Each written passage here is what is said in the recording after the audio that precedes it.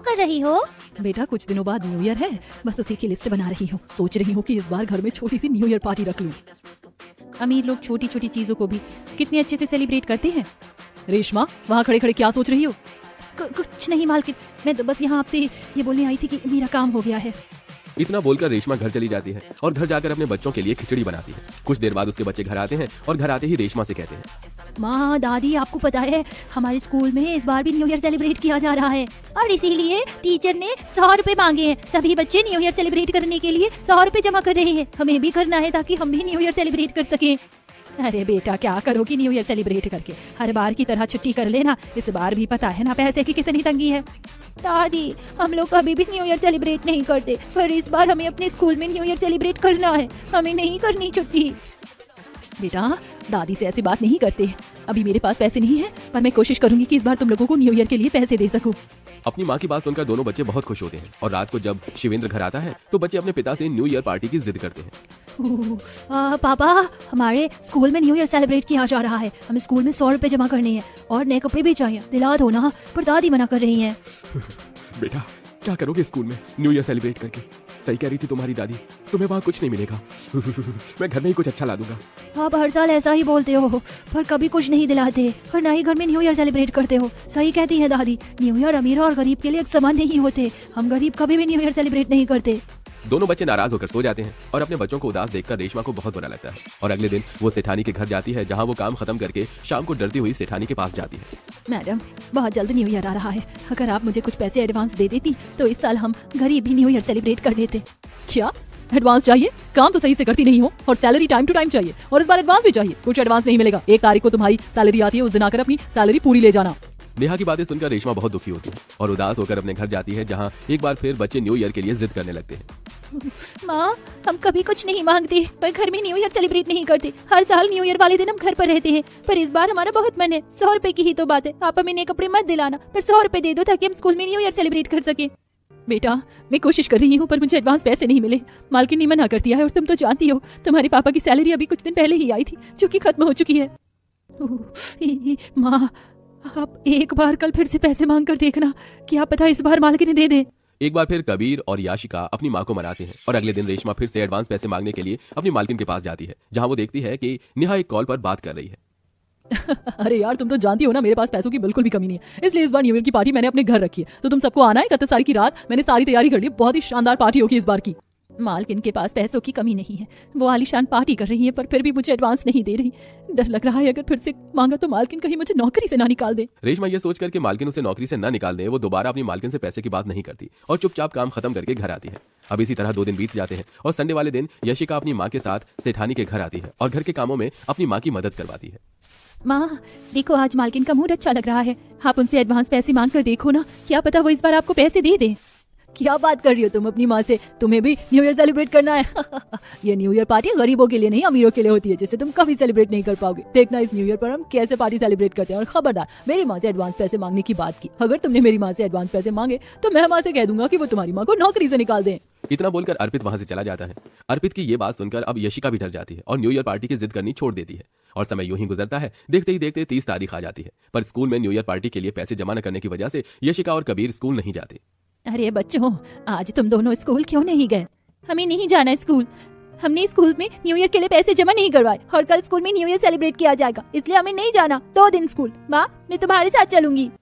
पैसा न मिलने की वजह से दोनों बच्चे बहुत उदास होते हैं और यशिका आज फिर अपनी माँ के साथ मालकिन के घर जाती है, जहाँ रेशमा देखती है कि आज मालिक भी घर पर बैठे हैं और न्यू ईयर की तैयारी में लगे हैं। और अपनी बेटी के चेहरे की उदासी देख एक बार फिर डरते हुए रेशमा अपने मालिक से एडवांस पैसे की बात करती है। मालिक माफ करना, आपके काम के बीच में दखल दे रही हूँ, पर 2 दिन बाद नया साल आ रहा है, मुझे कुछ एडवांस चाहिए था ताकि मैं अपने बच्चों के लिए नए कपड़े ला सकूं और मेरे बच्चे न्यू ईयर सेलिब्रेट कर सके। तुम फिर एडवांस पैसे का गाना गाने लगी? मैंने बोला था ना तुम्हें कि तुम्हें कोई एडवांस नहीं मिलेगा। अरे नेहा इतना भड़क क्यों रही हो? गरीब हो या अमीर, त्योहार तो सबके लिए एक समान होता है ना। दे दो उसे एडवांस। और वैसे भी वो अपनी सैलरी के ही थोड़े से पैसे तुमसे एडवांस ले रही है, कोई उधार थोड़े ना ले रही है। सत्यम के कहने पर नेहा मुंह बनाकर कमरे से अपना पर्स लाती है और जब वो पर्स में से पैसे निकालने के लिए पर्स खोलती है तो देखती है कि उसके पर्स से पैसे गायब हैं। पैसे कहाँ चले गए? मैंने तो पर्स में ही पैसे रखे थे। सच सच बताना, तुम माँ बेटी ने मेरे पर्स में से पैसे चोरी करे हैं ना? क्योंकि मैंने तुम्हें एडवांस पैसे नहीं दिए थे। नहीं मालकिन, मैं अपनी बेटी की कसम खाकर कहती हूँ मैंने ये चोरी नहीं करी। वो अर्पित खुद को बहुत बनता है ना, अमीर है तो क्या हुआ, मेरी इंसल्ट थोड़ी ना कर सकता है। माँ के सामने तो मैंने उसे कुछ नहीं बोला, पर अभी जाकर उसे बताती हूँ। इतना बोलकर यशिका अर्पित से लड़ने के लिए कमरे में जाती है, जहां वो देखती है कि अर्पित अपनी माँ के पर्स से पैसे चोरी कर रहा है।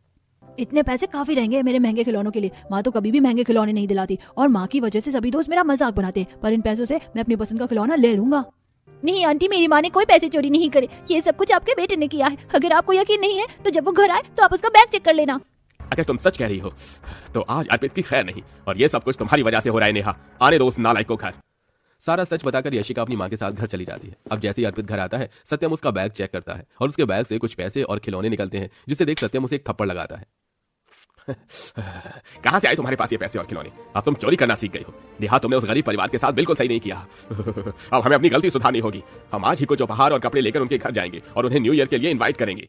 सत्यम की बात सुनकर और अर्पित की इस बुरी हरकत से नेहा को भी समझ आ जाता है कि अमीर और गरीब की न्यू ईयर एक समान नहीं होती, और नेहा अपने पति के साथ रेशमा के परिवार के लिए कपड़े और उपहार लेकर उसके घर जाती है। मुझे माफ करना जो मैंने तुम्हारे साथ किया, पर हम ये कुछ तोहफे और कपड़े आपके लिए लेकर आए हैं। कल हमारे घर में छोटी सी न्यू ईयर की पार्टी है और हम चाहते हैं कि आप ये कपड़े पहनकर अपने पूरे परिवार के साथ आएं। अगर आप हमारी इस पार्टी में आएंगे तो हमें लगेगा कि आपने हमें माफ कर दिया। रेशमा अपनी मालकिन को मना नहीं कर पाती और अगले दिन 31 तारीख की रात को अपने पूरे परिवार के साथ नेहा के घर जाती है। वहीं कपड़े पहनकर जो नेहा ने उन सबके लिए दिए थे, जहां सभी लोग मिलकर न्यू ईयर केक काटते हैं और अच्छा खाना खाकर न्यू ईयर सेलिब्रेट करते हैं और बच्चे बहुत खुश होते हैं। अरे मैं तुम तीनों को कितनी बार बोल चुकी हूँ कि रसोई के आसपास अपने इन घने लंबे बालों को मत छाड़ा करो, लेकिन तुम तीनों के कानों पर जूं तक नहीं रेंगती। अब सारे खाने में बाल बाल हुआ पड़ा है, कोई कैसे खाए इस खाने को? माँ, आप हमेशा हम तीनों को बालों को लेके बोलती और डांटती रहती हो, तो कहाँ ही तुम मेरी बातों को मान ही लेती हो? आखिर करती तो तुम तीनों अपने मन की ही हो। बालों को खोल के घूमना, बस यही करो। माँ, हमारा भी मन करता है बालों में हेयर स्टाइल करना, सुंदर सी बालों को रखना, लेकिन आप हो कि हर वक्त बस बालों को बांध के रखने को बोलती हो। इतना कहने के बाद तीनों ही आंगन में आके बैठ जाती हैं और तीनों बहन फिर से अपने हाथों में कंघी को लेके अपने अपने बाल झाड़ने लगती हैं। दूसरी तरफ पूनम की पड़ोसन, जो कि उसके बगल में ही रहती है, जो अपने आंगन में गेहूं को धो के सुखा रही होती है। तभी तेज हवा के कारण उसके गेहूं के ऊपर टूटे हुए बाल आ जाते हैं और वो बालों को हाथों से समेटती है। सीधा पूनम के पास आती है। वहां वो उसकी तीनों बेटियों को देख के कहती है, हाँ, मुझे पता था ये तुम तीनों के ही काम है, कई बार आगाह कर चुकी हूँ मैं। अरे ओ पूनम, कहाँ है तू? बाहर तो आ जरा। क्या हुआ? क्यों इतना चिल्ला रही हो? ऐसा क्या हो गया? तेरी बेटियों को कई बार बोल चुकी हूँ कि अपने बालों को संभाल के रखें, लेकिन नहीं, और आज तो हद ही हो गई। मैं आंगन में गेहूं धो रही थी, तभी मेरे गेहूं पर ही अचानक से बाल आ गिरे, और मैं बहुत अच्छे से जानती हूँ कि ये तेरी बेटी के ही हैं। मेरा सारा गेहूं गंदा कर दिया। हाँ, तू कैसे कह सकती है कि ये बाल मेरी बेटियों के ही है? आस पड़ोस में और भी लोग रहते हैं, लेकिन तू हाथ धो के मेरी बेटियों के पीछे पड़ी रहती है। पूनम सब जानती हुई कि ये बाल मेरी बेटियों के ही हैं, पड़ोसन के जाने के बाद अपनी बेटियों के बाल पकड़ के घर में लाती है और कहती है, मैं जानती हूँ ये तुम तीनों के ही कारनामे हैं, और कितना समझाऊं मैं तुम तीनों को? तुम्हारी वजह से मुझे हर कोई कुछ भी बोल के चला जाता है। कुछ दिन बीतते हैं, रात का समय हो रहा होता है। पूनम अपनी तीनों बेटियों के साथ जमीन पर सो रही होती है। पूनम की बड़ी बेटी मेघना का मन उल्टी सा होता है और वो सबको सोता छोड़ अकेले छत पर टहलने चली जाती है। मेघना अपने बालों को खोल के छत पर घूम ही रही होती है कि तभी पड़ोस के छत पर एक आदमी, जो कि खाट पर सो रहा होता है, उसकी आंख अचानक खुलती है और वो मेघना को ऐसे घूमता देख के चिल्लाते हुए कहता है, चुड़ैल चुड़ैल बचाओ मुझे, कोई अरे कोई है यहाँ आसपास? जय हनुमान ज्ञान गुण सागर जय कपीस तुम लोग को जाकर, हे भगवान ये जाती क्यों नहीं है? उस आदमी की तेज आवाज सुन के कुछ लोग अपने अपने घर से बाहर आते हैं। वो आदमी सब लोगों को छत पर हुई चीजों के बारे में बताता है। वो उस घर की तरफ इशारा करता है। सभी लोग उस घर के पास आते हैं और गेट पीटने लगते हैं। वहीं दूसरी तरफ उस आदमी को देख मेघना भागती हुई छत से नीचे आती है और डर के मारे अपनी माँ के बगल में सो जाती है। तभी दरवाजे की खटखट की आवाज से पूनम उठ के गेट खोलने जाती है। दरवाजे पर लोगों को देख पूनम कहती है, क्या हुआ भाई साहब, आप लोग इतनी रात को यहाँ? सब ठीक तो है ना? अरे हम लोगों को छोड़ो, ये बताओ आपने घर में कौन सी चुड़ैल को पनाह दे रखी है तुमने? अरे मैंने अपनी आंखों से देखा है, तुम्हारी छत पर एक चुड़ैल थी जो अपने काले घने बालों को खोल के घूम रही थी। पूनम फिर समझ जाती है कि फिर से उसकी बेटी ने ही कुछ किया है। वो घर के अंदर जाकर अपनी तीनों बेटियों को उठा के बाहर लाती है और तीनों बेटी अपनी आंखों को मलते हुए घर से बाहर आती है। ये लो देख लो, अब आप लोग ही बता दो कि कौन सी चुड़ैल को आपने छत पर देखा। तभी वो डरा हुआ आदमी अपनी उंगली का इशारा मेघना की तरफ करता है। तब मेघना कहती है, नहीं नहीं, मैं कोई चुड़ैल नहीं हूँ, मेरी कुछ तबीयत ठीक नहीं थी, इस वजह से मैं छत पर घूम रही थी, और कोई बात नहीं है। सुन लिया आप लोगों ने, और अब देख भी लिया ना कि यहाँ कोई भूत नहीं है। पूनम सबको समझा बुझा के वहां से भेज देती है। कुछ वक्त गुजरता है और पूनम की तबीयत बहुत ज्यादा खराब हो जाती है। पूनम एक सिलाई सेंटर में छोटा मोटा काम करती थी। माँ के बीमार होने पर उसकी तीनों बेटियां वहां जाके काम करने लगती हैं। तीनों बहन कपड़ों को सिल ही रही होती हैं कि तभी वहां एक रईस घर की औरत आती है, जो उसके बालों को देखकर देखती ही रह जाती है। वो उसके पास जाती है और कहती है, तुम तीनों की ये असली बाल है ना या नकली है? क्योंकि मैंने आज तक किसी भी लड़की औरत के इतने घने लंबे बाल नहीं देखे। बताओ ना, चुप क्यों हो? बोलो, ये नकली है या असली? हाँ, ये इतने काले घने और कमर से नीचे तक के जो बाल आप देख रही हो, ये असली है, नकली नहीं। मुझे तुम तीनों ही बहुत पसंद हो। बाल के साथ साथ तुम तीनों खूबसूरत भी बहुत हो। कुछ देर बाद बातें करके वो रईस औरत अपने सिले हुए कपड़े का थैला लेके वहां से चली जाती है। तीनों बहन घर आके अपनी माँ को सारी बातें बता देती है। अगले दिन सुबह फिर वो औरत वहीं आ खड़ी होती है। देखो वो औरत आज फिर आई है, पता नहीं अब क्या पूछना होगा उसको हमसे। लेकिन ऐसा नहीं होता है। आज वो चुपचाप बस उन्हें देख रही होती है। शाम होते ही तीनों अपने घर के लिए निकल ही रही होती हैं। उनके निकलने के कुछ देर बाद ही वो औरत भी उसके पीछे जाना शुरू करती है और उसके घर का पता जान लेती है। अगले दिन सुबह पूनम के घर के आगे बड़ी बड़ी गाड़ियों का आगमन होता है। वो औरत अपने तीनों बेटों को लेकर पूनम के घर पहुंचती है। सबको देख पूनम हैरान होते हुए कहती है, कौन हो आप लोग और इस गरीब के घर क्या काम पड़ा आपको हम गरीब से? बताती हूँ, लेकिन क्या ऐसे ही खड़े खड़े मुझे कहीं बैठने को नहीं कहोगी? पूनम तीनों को एक साधारण सी कुर्सी पर बिठाती है और पानी लाकर देती है। तब वहां उसकी तीनों बेटियां आती हैं और उस औरत को देख अपनी माँ से कहती हैं, माँ, ये वही है जिनके बारे में हम तीनों आपको बता रहे थे। लगता है ये हमारे बालों का राज जानने हमारे घर तक आ गई। नहीं, इस बार मैं इसलिए आई हूँ, दरअसल मेरा शुरू से ही सपना था कि मेरे तीनों बेटों की जो बहुएं हों उनके बाल काले, घने और लंबे हों। मेरे बाल तो आप देख ही रहे हो, कभी भी ये कंधे से नीचे तक नहीं गए। हमेशा मेरे बाल इतने छोटे ही रहे। इसलिए मैं चाहती हूँ कि ये इतने लंबे घने बाल वाली लड़कियां मेरे घर की लक्ष्मी यानी कि मेरी बहू बन जाएं। मैं अपने तीनों बेटों का रिश्ता आपकी बेटियों के लिए लेकर आई हूँ। आप मेरे घर को देख के अंदाजा लगा ही सकती हो कि मेरी हैसियत आपके सामने कुछ भी नहीं है। मैं कैसे आपके बेटे से अपनी बेटियों की शादी कर दूं? मुझे आपकी बेटी के सिवा कुछ भी नहीं चाहिए। मैं इसी में बहुत खुश हूँ कि मेरे बेटे की बहू मेरे मन के मुताबिक है। यहाँ पूनम के घर जहाँ शादी की बातें चल रही हैं, वहीं दूसरी ओर मोहल्ले के सभी लोग पूनम के घर के आगे बड़ी बड़ी गाड़ियों को देख के तरह तरह की बातें बना रहे होते हैं। देख रही हो ना बहन, पक्का इसकी बेटी ने कोई करतूत खोला है, इसी वजह से इतनी गाड़ियां आई हैं इसके घर। मैं न कहती थी जरूर ये चुड़ैल मंजुलिका की तरह मनूस है। अब पता नहीं कौन सी मुसीबत अपनी बेचारी माँ पर लाएंगी।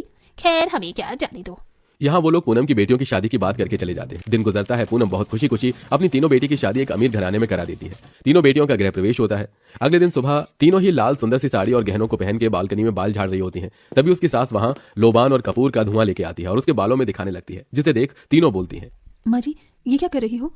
अरे माँ जी, बाल जल जाएंगे। बहू, ये कपूर लोबान का धुआं है, इससे तुम्हारे बालों में किसी की नजर नहीं लगेगी। मेरा सपना था कि मेरे बाल भी ऐसे हों, लेकिन दवाइयाँ खाने की वजह से मेरे बाल झड़ गए। अब मैं अपनी बहुओं के बालों को ही देख देख के खुश हो जाती हूँ। तीनों ही बहुएं जो अपने लंबे बालों की वजह से अपने मायके में रोज डांट खाती थी, लेकिन उन्हीं बालों की वजह से उन्हें एक अच्छा ससुराल मिल जाता है। तीनों ही अपना खुशहाल जीवन अपने ससुराल में व्यतीत कर रही होती हैं। कुछ दिनों बाद तीनों बेटियां कार में बहुत ही ज्यादा महंगी और सुंदर साड़ियां पहनकर अपनी माँ से मिलने जाती हैं। तभी उनको पड़ोसन देखकर उनके पास आती है। अरे क्या बात है मेघा बेटी, और बताओ तुम्हारे ससुराल में सब ठीक है? अरे बेटी, मेरी बेटी पिंकी भी तुम्हारी बहन की तरह है, अगर इसके लिए कोई रिश्ता हो तो बताना। तो देखा दोस्तों आपने, इसे कहते हैं नसीब। जिन बालों की वजह से लड़कियों को इतना सुनना पड़ता था या फिर सब उन्हें मनहूस और चुड़ैल बनाते थे, उन्हीं बालों की वजह से आज वो एक अमीर घर की बहुएं बनकर राज कर रही थी। इसीलिए कहते हैं जरूरी नहीं जिस चीज को हम अपने लिए श्राप समझ रहे हो, कभी कभी वो हमारे लिए वरदान बन जाता है।